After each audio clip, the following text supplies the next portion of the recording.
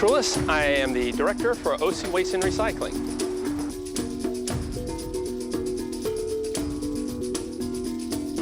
So the County of Orange started the household hazardous waste facilities, or collection facilities, in the early 90s. Part of that was because of the growth in population and increasing regulations around how waste is managed, right? So we have Class 3 landfills that we manage and oversee at the county that handle all the residential waste. However, a fraction of that waste cannot come into that landfill and needs to be managed properly. So that's why the household hazardous waste facilities were open, to divert the residential household hazardous waste to these facilities so they could be properly disposed of or recycled.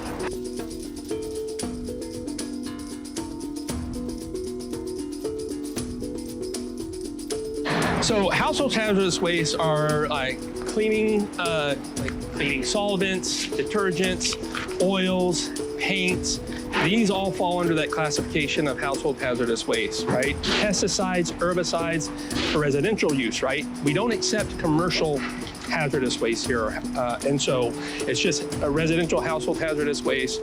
And then we also accept e-waste and sharps as well.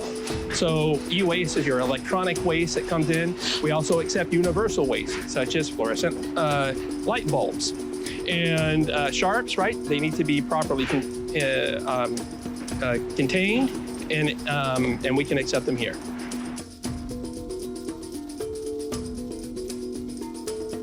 We currently have 4 household hazardous waste facilities open in Orange County. Right now, we're in Anaheim. We have one in San Juan Capistrano, one in Huntington Beach, and one in Irvine. We're actually looking for a 5th one and having conversations with other cities to see if there is a location that could be strategically placed in order to increase participation in areas that are a little bit further out.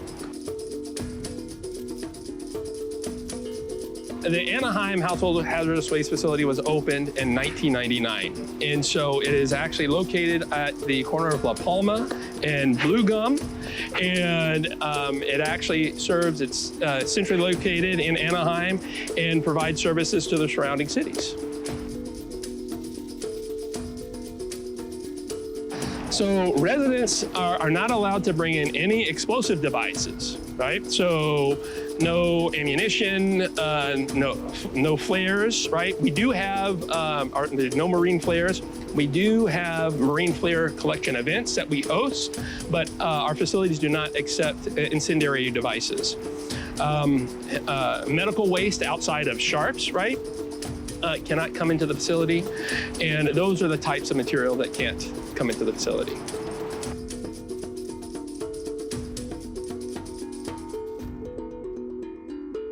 So we have a contract or an agreement with Clean Harbors, who is our contractor that actually oversees the facilities and ensures that the right documentation for not only receiving the waste, it's segregated and it goes to a few different locations, right? Some cases it will go to a Class 1 landfill, right, which is basically designed to receive and maintain hazardous waste into perpetuity, and it has special permits. It can go to an incinerator to be destroyed, because some of the chemicals will be destroyed through incineration. And in some cases, they can be recycled. One thing that we do recycle here are batteries and paint. And so some of the material that does come in can be recycled. We also have a materials exchange program, which when some of the material comes in, if it is still has useful life in it, people are cleaning out their garages right during the holidays or the weekends, and they bring in a container of paint or cleaning solvent or something, it gets inspected, and if it meets a certain standard, it can actually go on the shelf for the MEP, which is the material exchange program. And so other residents, as they come to drop off material, have access to this free material, or at least whether it's paint or a cleaning agent, to then take and use it for free.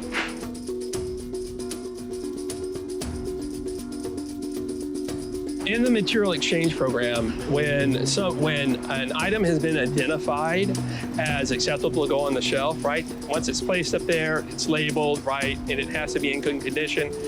Any resident can come in and it's first come, first served, right? So the resident can come in, there's paint, unused paint at times. I can tell you that we've had schools come in and leverage or at least use this free paint for their school projects and plays. If you have a doghouse, you need painting, right? People have come in for that. And so you're able just to come in, sign in, let the attendant know how many items that you took, and you're able to then leave with those items. It's just a matter of simply identifying what you've taken, and it's free to all Orange County residents. One thing that we have that, again, I think is unique is the battery recycling program with the battery buckets. And so just to promote the proper disposal of batteries and management, because the challenge with batteries in our industry is they start fires, right? If you think that a battery is recyclable and you put it in the recycling container, that's not where it goes. It needs to come here to be recycled properly. Because if you put it inside the recycling container or the trash container, more than likely it's going to get damaged and cause a fire. And that's some of the issues that the industry is facing right now regarding the proper handling of batteries. And so we really want to stress the importance of people taking advantage of this program. It's free. So all you need to do is put your batteries in a bucket, drop it off, swap off your bucket, and ensure that those batteries are recycled properly, because you could prevent a fire that way.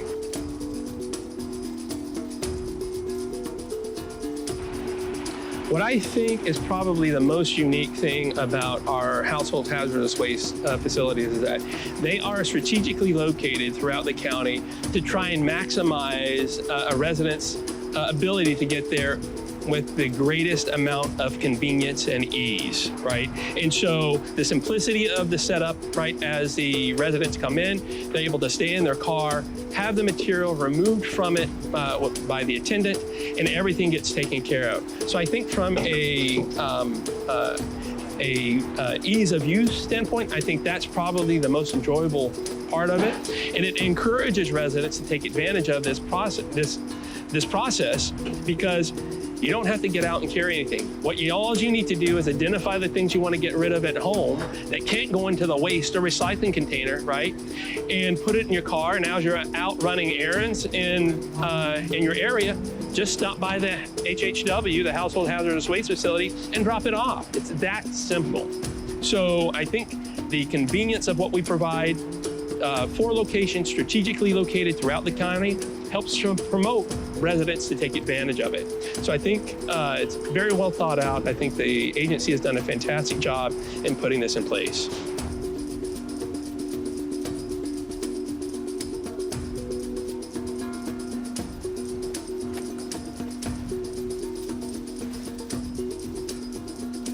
My name is Jesus Perez. I'm the Household Hazardous Waste Program Manager for the County of Orange.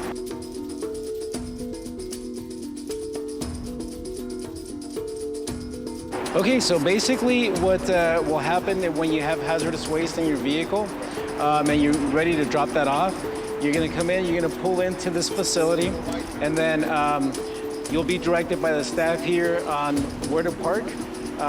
You park your vehicle just like we'll see here with this truck, and the staff here will come up to your window and they'll ask what city you're coming from, and because we wanna keep a record and data of all the visitors that we get in Orange County.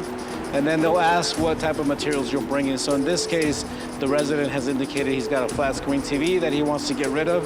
So the staff will open their trunk or the bed of their truck, and they'll pull the materials out safely. And then if there's nothing else that they need to get rid of, which it appears that's the case here, then we just close the bed of the truck and they're on their way. Actually, it does seem like they have additional materials. But yeah, so they basically just come. They don't have to get out of their vehicle. We do ask that you turn the vehicle off so we don't have any accidents of the vehicle accidentally moving forward. But other than that, you stay in your vehicle and we send you on your way. So these bins here, they hold electronic waste. So we keep electronic waste separate from the other hazardous waste that we receive. So if we receive anything that would be corrosive, batteries, paints, oils, things of that nature, they would go inside the facility. These here are handled and disposed of by a different company that will then disassemble the materials that we have here, electronic waste, TVs, computers, and then go recycle whatever's recyclable and then discard whatever needs to be discarded. So once we've collected the materials from our residents, the materials will come in here in a cart, and this is basically where everything gets sorted, right? So some materials will go, like for instance here we have paints. They'll go into this area here for proper recycling. If some of the material is still in good use, we will place those materials in our material exchange program. So as we can see here, James and Jesus, they'll start sort of sorting everything out, making sure that everything goes where it needs to go. And then once that's done, and these containers are full, they'll be properly packaged, and these materials will be shipped on a weekly basis to their respective facilities that they need to go to. So we have different types of items here. If you want to get a shot.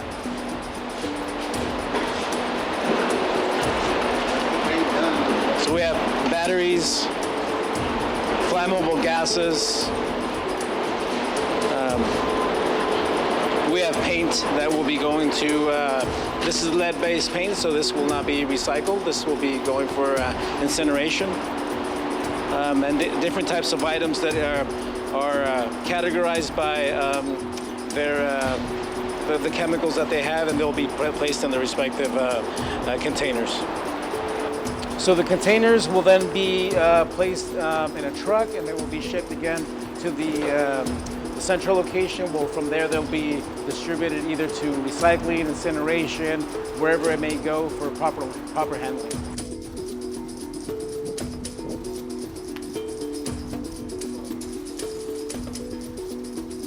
All right, so one of the benefits of the hazardous waste collection centers is that we do accept sharps waste. So if you use the sharps at home and you need to dispose of those, there's several different programs that you can go to. Some pharmacies offer a take-back program, but if you don't want to go that route, you can always come to the Hazardous Waste Collection Center and either bring your sharps in an approved sharps container or a sturdy container like a bleach bottle that's properly sealed. We ask that you please label the container sharps, because we do have trained staff here that will handle the sharps appropriately and then place them in these containers here. What ends up happening once we accept sharps is that these are sent to an autoclave facility. So they're basically burned to a point to a very high temperature, so that eliminates any type of hazard that could be posed to the public, right? And then once that's happened, these materials that have been autoclaved at that very high temperature can now be disposed at one of the landfills. If it doesn't go through that process, these types of materials are not allowed to be disposed at any of our landfills. It's not safe. So, the process that we have here is a very safe process in order to make sure that we keep our environment safe.